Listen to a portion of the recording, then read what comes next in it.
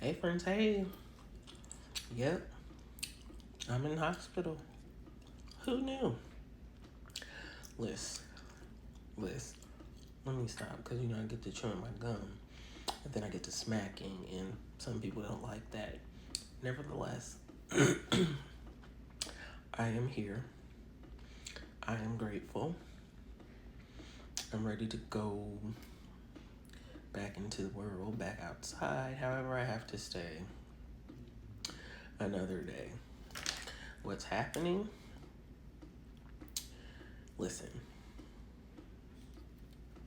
God always has a way. God always has a plan. In 2014, hold on.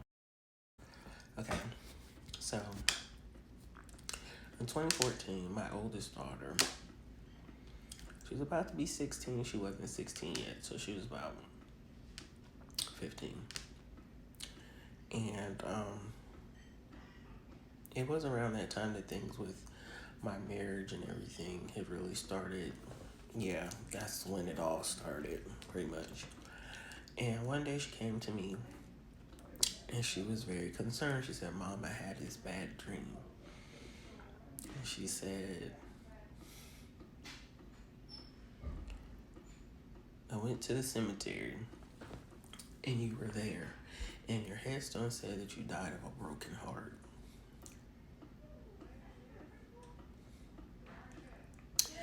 So here we are, 2023. Okay, I'm back. So here we are. Yesterday, everything was fine. The past, look, let me say the past few years have been trying. The past few months have been really heavy. And then just yesterday, I guess, I don't know if it was the tipping point or maybe it was God's way of saying, okay, you're not listening, so I'm going to make you listen. Because yesterday I was just thinking about how, time passes so quickly. I was thinking about how my mother-in-law it's been a month already that my mother-in-law passed. You know, a lot of adjustments have gone on. I've taken a new position at work. More financial responsibilities. I'm trying to maintain. I'm trying to keep up some things that I want to get done, some things that I need to get done. My son's health insurance has changed, so I'm now financially responsible for more. And then just feeling like, I'm just out here trying to make it, trying to survive. But I really don't have any, family that's close by. So, natural supports, as they would say, everybody is so far away. But, these are things that I deal with on a daily basis, so I'm just going on. And then about 4:30, just all of a sudden, I have these chest pain, and it's a constant chest pain. But I'm thinking it's like gas, air bubble, indigestion, even though I didn't eat anything. But you know me, I'm trying to thug it out, make it work. 30 minutes go by, the pain, it just won't go away. Something, is my bra too tight? Something like, what's going on? I'm doing breathing, making this anxiety, just going through the mode, whatever.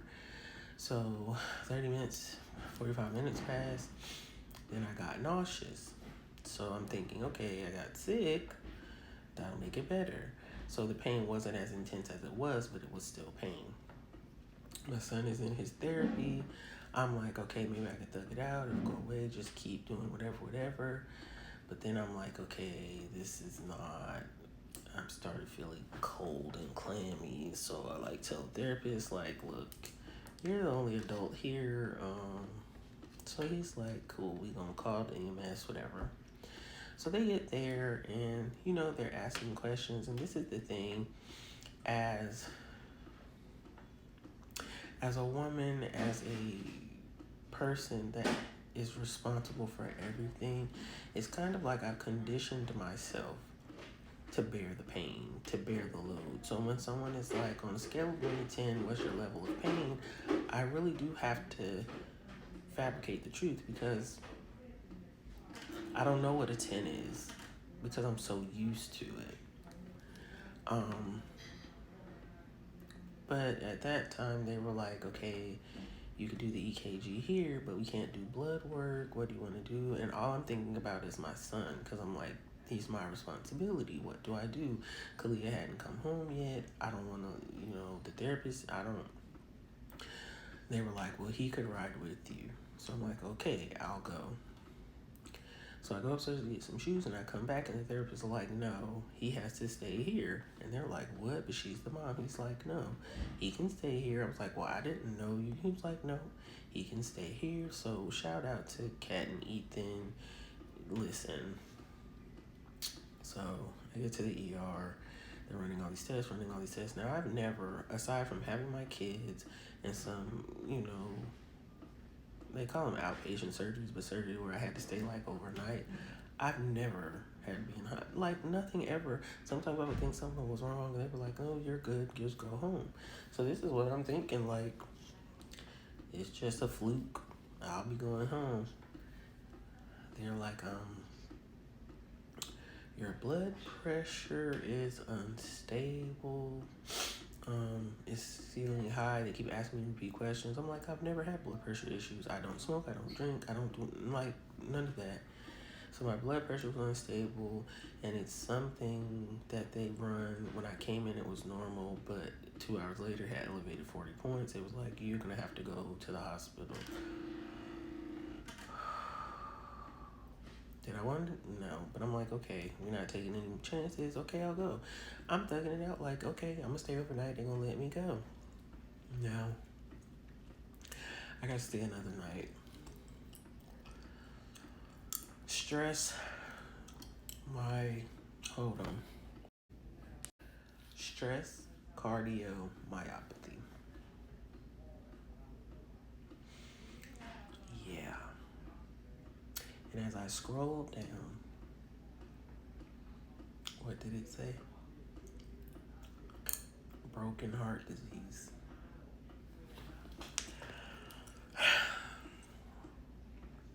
So as much as I preach to everyone about taking care of themselves, putting yourselves first, you got to apply that same pressure to yourself.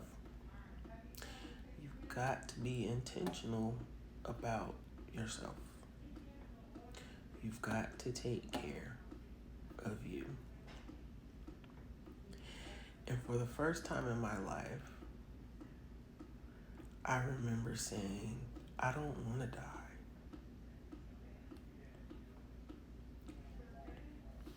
And that's like so much for me, because I've been through so much that I felt like that was my only option. But when given that option and I'm staring it in the face, it's not what I want to choose. I want to live. I want to be happy. I want to be joyful. I want to be at peace. I truly want to live my life. And I want that for everyone. And I say this, so don't wait till you're 47. Wherever you are, live your life. Live your life. Live your life. So yeah, y'all know my slogan. Go forth and be great. On purpose, with purpose. Because you have purpose, and you know I love you. On purpose.